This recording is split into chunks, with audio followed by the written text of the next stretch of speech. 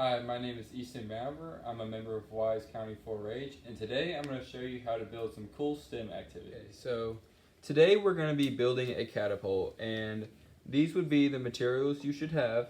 You should have a bundle of sticks, some rubber bands, a little styrofoam ball here, a cup, and some glue. Take 12 of these sticks, 2 rubber bands, 1 on each end. We're just going to bundle them together. We're going to repeat the process just on the other side. So, take your rubber bands, just kind of tighten it. And taking 2 more sticks, we're just going to bound them together on only one end with another rubber band. There we go. As you can see, I need more practice with my rubber band skills, but that's okay. Alright, so now, with the 2 stack that we have here, on the other end, we're going to glue a cup to the top stick. And just so you know, when you're doing this at home, it's going to take a long time for this cup to dry, so don't try to get into the catapult real quick right after you glue the top on. So, taking a little bit of glue, put it right here on this top stick.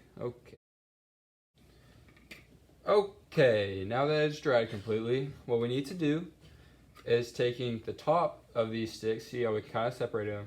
The top of the stick is going to go on the top of this stack. And then the bottom is going to go somewhere around here. This is a little bit difficult. Just try to get as close to the bottom as you can, but in between 2 of the sticks. So I'm going to do the bottom stick first. Try to just separate it a little bit. It's like I'm going to get it in between the second and third to last one. Just put it in there, and then top should just slide over, just like so.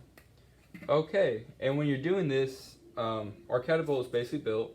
Where you're doing this, you can move the stick further or down the stick to get different results. So let's test it out.